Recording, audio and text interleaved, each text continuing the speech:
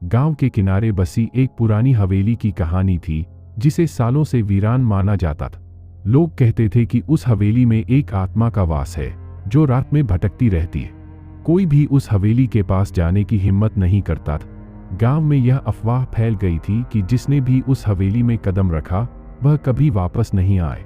एक दिन अनिल नाम का एक युवा लड़का, जो इन बातों पर विश्वास नहीं करता था, ने हवेली में जाने का निश्चय किया। दोस्तों ने उसे बहुत रोका, लेकिन उसने सबकी बातों को नजरअंदाज कर दिया। उसकी जिज्ञासा ने उसे उस खंडहरनुमा हवेली तक खींच लिया। रात का समय था, चारों ओर सन्नाटा था। हवेली के अंदर घुसते ही उसे अजीब सी ठंड महसूस हुई। कमरों में धूल की मोटी परत जमी हुई थी।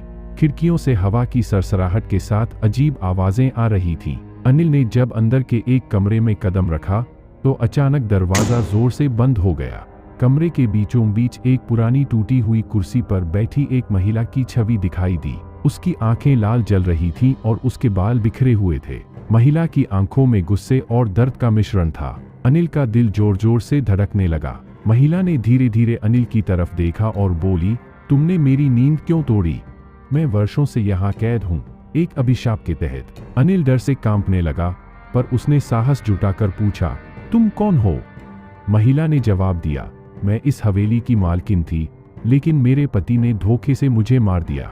अब मैं हर उस व्यक्ति की आत्मा को अपने साथ ले जाती हूँ जो इस हवेली में आता है।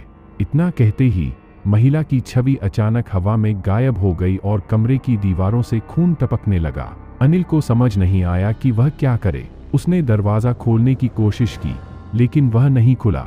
आखिरी बार उस रात अनिल की चीखें हवेली के अंदर गूंजी। अगले दिन गांव वालों ने देखा कि हवेली के बाहर अनिल के जूतों की जोड़ी पड़ी हुई थी, पर वह खुद कभी नहीं लौटा। हवेली का अभिशाप एक बार फिर सच साबित हुआ।